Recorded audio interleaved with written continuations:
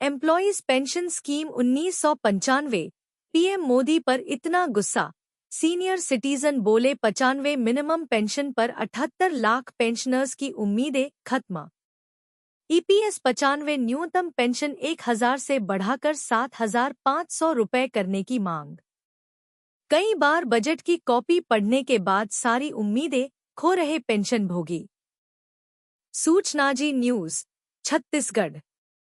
कर्मचारी भविष्य निधि संगठन एम्प्लॉयज प्रोविडेंट फंड ऑर्गेनाइजेशन के खिलाफ अब तक ईपीएस 95 न्यूनतम पेंशन, ईपीएस 95 मिनिमम पेंशन को लेकर पेंशनभोगी, पेंशनर बोल रहे थे।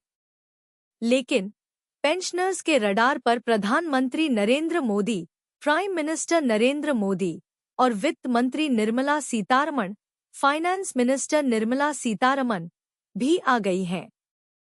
सोशल मीडिया पर ईपीएफओ के साथ सरकार पर जमकर हमला बोला जा रहा है। कर्मचारी पेंशन योजना 1995, एम्प्लॉयज पेंशन स्कीम 1995 के तहत 1000 रुपये न्यूनतम पेंशन की राशि को बढ़ाकर 7500 रुपये करने की मांग की जा रही है। ईपीएस 95 पेंशन राष्ट्रीय संघर्ष समिति, ईपीएस 95 पेंशन राष्ट्रीय संघर्ष समिति का आंदोलन जारी है। केंद्रीय बजट में कोई घोषणा नहीं होने से देश के 78 लाख पेंशनर्स की आवाज सोशल मीडिया पर सुनाई दे रही है। पेंशनर्स मोनीश गुहा ने मार्मिक पोस्ट किया। लिखा, मुझे पता है कि हम सभी बजट के नतीजों से परेशान और निराश हैं। यह बजट युवा केंद्रित है। शायद सरकार को बुजुर्गों के कल्याण में कोई दिलचस्पी नहीं है। ऐसा लगता है कि हम सरकार के प्रति दायित्व हैं। अब मेरी चिंता यह है कि क्या प्रधानमंत्री हमारे प्रति दयालु और विचारशील होंगे, क्योंकि हमारे नेताओं से 2 बार मिलने और कुछ अच्छा करने का आश्वासन देने के बाद भी उन्होंने कुछ नहीं किया। मैं सारी उम्मीदें खो रहा हूं। ईपीएस पेंशन बढ़ाने और उन्हें भुखमरी से बचाने। पोस्ट पर कमेंट करते हुए पेंशनभोगी कौशल उप्पल लिखते हैं कि यह संदिग्ध लगता है कि क्या मोदी ने एनएसी टीम को ईपीएस पेंशन बढ़ाने का आश्वासन दिया था। मुझे लगता है कि मोदी ने कहा होगा कि वे इस मामले को देखेंगे और आश्वासन नहीं दिया। आंदोलन करने वाले नेताओं से मांग रहे जवाब केवल एनएसी टीम ही स्पष्ट कर सकती है। यदि प्रधानमंत्री ने हमारी टीम को आश्वासन दिया था तो फिर से प्रधानमंत्री से संपर्क किया जा सकता है और उन्हें उनके वादे की याद दिलाई जा सकती है और उनसे अपने वादे को पूरा करने, ईपीएस पेंशन बढ़ाने और उन्हें भुखमरी से बचाने के लिए कहा जा सकता है। ईपीएस 95 पेंशनर्स को बड़ा झटका। आंखों में आंसू और जुबान पर सरकार को कोसने वाले शब्द। 78 लाख पेंशनभोगी 7वें बजट से हुए निराश। वित्त मंत्री निर्मला सीतारमण के 7वें बजट से 78 लाख पेंशनभोगी निराश हैं। ईपीएफओ पेंशनर्स का दावा है कि उनका संघर्ष बेनतीजा रहा और सरकार उनकी पेंशन सुधारने में विफल रही। सोशल मीडिया पर नाराजगी और धार्मिक आस्था दिखी। भारत के वित्त मंत्री निर्मला सीतारमण द्वारा प्रस्तुत 7वें बजट का इंतजार देश के करीब 78 लाख पेंशनभोगियों ने बड़ी उत्सुकता से किया था। कर्मचारी भविष्य निधि संगठन ईपीएफओ के पेंशनर्स को उम्मीद थी कि इस बजट में उनके लिए कुछ विशेष प्रावधान किए जाएंगे, लेकिन बजट भाषण के बाद उनकी निराशा और हताशा साफ झलकने लगी। पेंशनर्स की प्रतिक्रिया।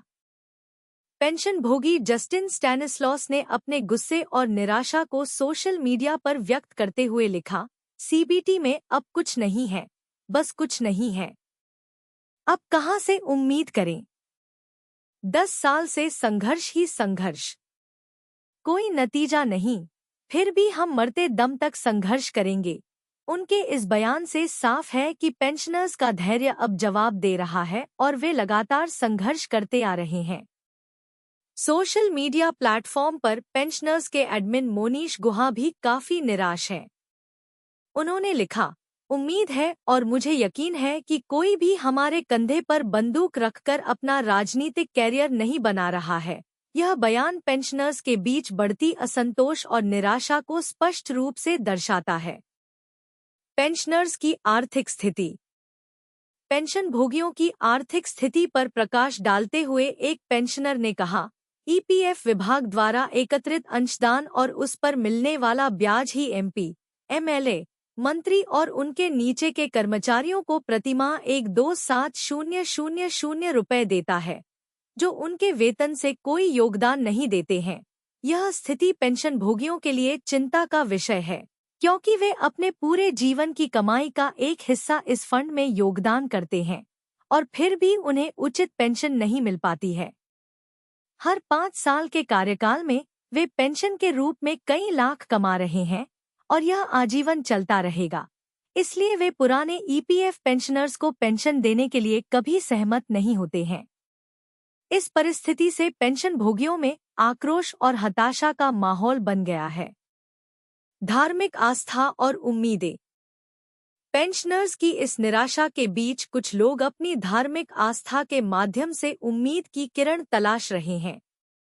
ब्रह्माजी राव वसंतराव ने लिखा, हम सब प्रार्थना करें, हम सब जपें, हे प्रभु, भगवान श्री राम के दूत, कृपया हमें आशीर्वाद दे ताकि असंभव संभव हो जाए। यह मंत्र सरल है लेकिन बहुत शक्तिशाली है। उनके इस बयान से पता चलता है कि पेंशनर्स अब अपनी समस्या का समाधान धार्मिक आस्था में भी तलाश रहे हैं। निष्कर्ष। इस बजट से पेंशन भोगियों की उम्मीदें एक बार फिर टूट गई है। वे अपने अधिकारों के लिए लंबे समय से संघर्ष कर रहे हैं, लेकिन अब भी उनके हाथ निराशा ही लगी है। सरकार से उनकी मांगें और अपेक्षाएं अनसुनी रह गई हैं। पेंशन भोगियों की स्थिति में सुधार लाने के लिए सरकार को ठोस कदम उठाने की आवश्यकता है ताकि वे अपने जीवन की संध्या में आर्थिक सुरक्षा और सम्मान के साथ जी सकें। EPS 95 pension. मोदी सरकार की अब घेराबंदी। ईपीएफओ पेंशनर्स की न्यूनतम पेंशन बढ़ाने की मांग लेकर मंत्री को ही घेरा। ईपीएफओ पेंशनर्स ने न्यूनतम पेंशन 1,000 रुपए से बढ़ाकर 7,500 रुपए करने की मांग की है। केंद्रीय श्रम राज्य मंत्री शोभा करंदलाजे से मुलाकात कर पेंशनर्स ने सुप्रीम कोर्ट के निर्णय को जल्द लागू करने की अपील की है। कर्मचारी भविष्य निधि संगठन, ईपीएफओ और केंद्र सरकार से पेंशन बढ़ाने की मांग करने वालों का समूह सक्रिय हो गया है। नई सरकार के गठन के साथ ही पेंशनर्स ने अपनी मांगों के लिए सक्रियता बढ़ा दी है। उनकी मुख्य मांग है कि न्यूनतम पेंशन को 1,000 रुपए से बढ़ाकर 7,500 रुपए किया जाए। पेंशनर्स ने केंद्रीय श्रम राज्य मंत्री शोभा करंदलाजे से मिलकर अपनी समस्याओं को रखा और निर्णय लेने की अपील की। मंत्री से मुलाकात। पेंशनर्स नेता विलास रामचंद्र गोगावाले ने बताया कि एनएसी कर्नाटक और केएसआरटीसी बीएमटीसी नेताओं ने बेंगलुरु में श्रम राज्य मंत्री से मुलाकात की और उनका सम्मान किया। इस मुलाकात में पेंशनर्स की समस्याओं को विस्तार से बताया गया और सुप्रीम कोर्ट के 4 नवंबर 2022 के निर्णय को जल्द लागू करने की मांग की गई।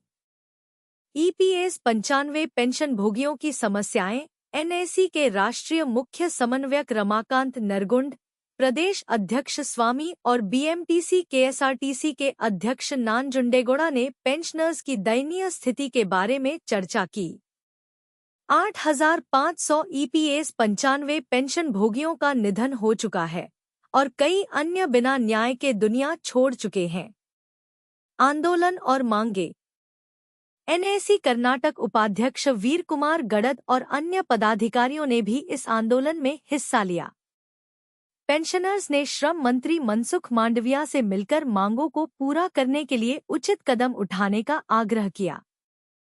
सीबीटी में सरकार से ईपीएफओ को उचित आदेश देने की भी अपील की गई है।